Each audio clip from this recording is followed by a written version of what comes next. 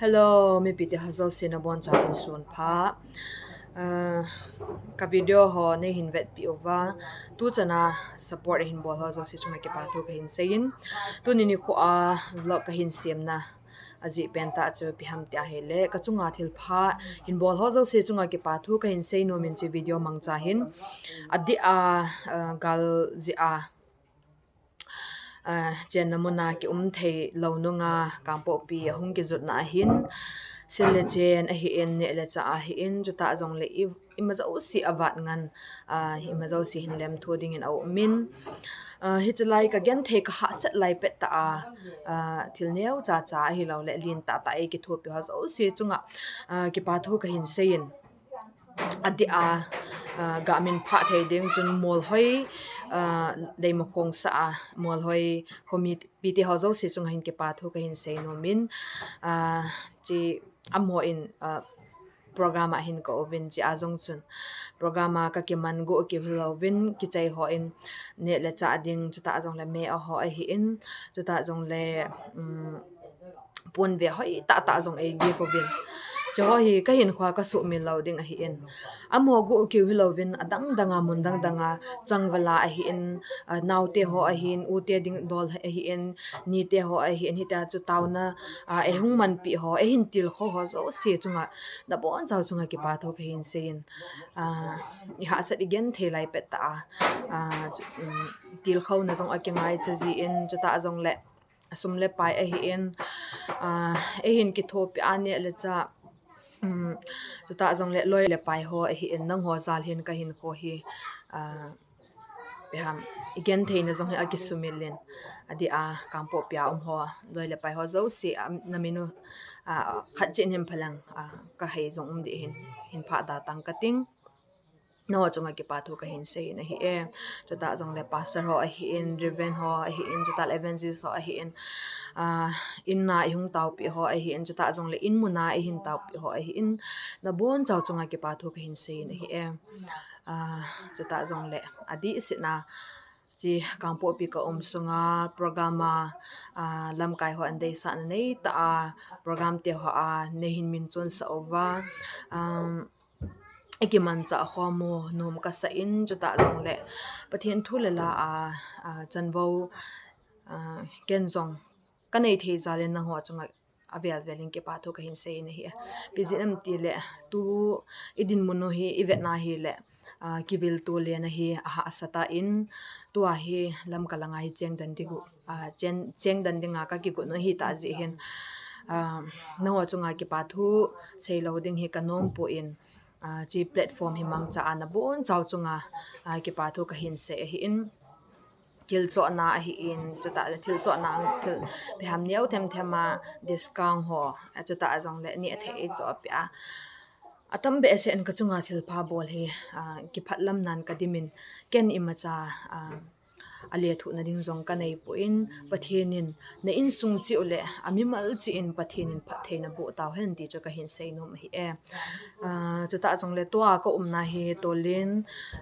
a hi in itabanga ka umowa ka khusan ham ti chu neu khat house store ti de ham ka hin bol no min chang chu invet khom pe duvin hin ka min cutting hi chan che hitan te chlai hi tolena pa na hu nga he le chlai a chaina lang hi tai na chilang hai chi tawa hi le zolzam lang hi tan ka to ka om naw hi le chlai hi e cha hi kanawin in kap de he lok kan bol de khaile ana lu pan taw te mata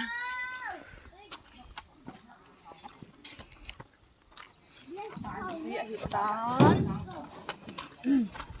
go khai go slai hi kita in hi chi pa hi ka zo beo hin na slai pa hi ka zo beo hi in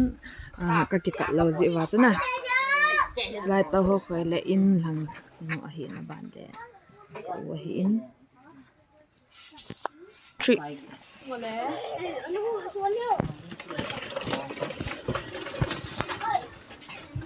ยิงข้างจ่าแหละยิงข้างจ่าแหละคืออันนี้หนักข้างก็กินแล้วละใจเด็กจ้ะ common room to kitchen ke rom ni an to hi ma cha jong nai po in chi hi tui don na hi en ta la le nai gas box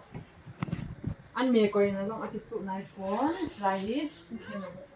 trai hi thil hoi tai ka mo ko na lai na abana anom pen chu pi ham tia hi le chi hi khang phei sun ho pha le imut na the na bale chlai hi partition ka bolo vin chlai hi le anu te ni room hi na bet ta sa ta vin a pa hi abana lai hen be mo khain chi cha bi ho chlai ka khai na chu a hitan abana hi chilanga hen room phat om ki na chi hi a ki zo thu hi tai chele ka bai ta chele ka u te ni room hi a chu hi tai langa khon chi ki taw te abana hi ki ho room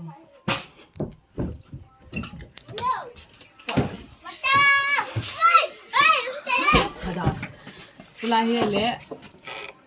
lupna khat lai ni chi pa ka ta ta nang ni lupna chi chi te ni hi in ban le chlai ho khoi le won ke koi na hi e andang hi ki vet da sa tan ti chi hi pita table chano le kha sim lo ha ke hello chlai table lai kha den chi ka hong ni a chu lam ka pa na lai chen hong ta de lam ka ka po pya pa na ka hong a chu ka trolley zo se bo na ta hai khat ga me hi te cha sung lang jong ko pamai ka sa dan ka i dan o tui ha to ke su thing ha to ai le chlanga hin kominin khata bolen lop na simin la he ka in lang pa he he pa chi le bathroom chele toilet he toilet ko jang na samo mo chi hi gupung chan cha hi tai chilanga ang dale chilang hi kitan amalang hi kitan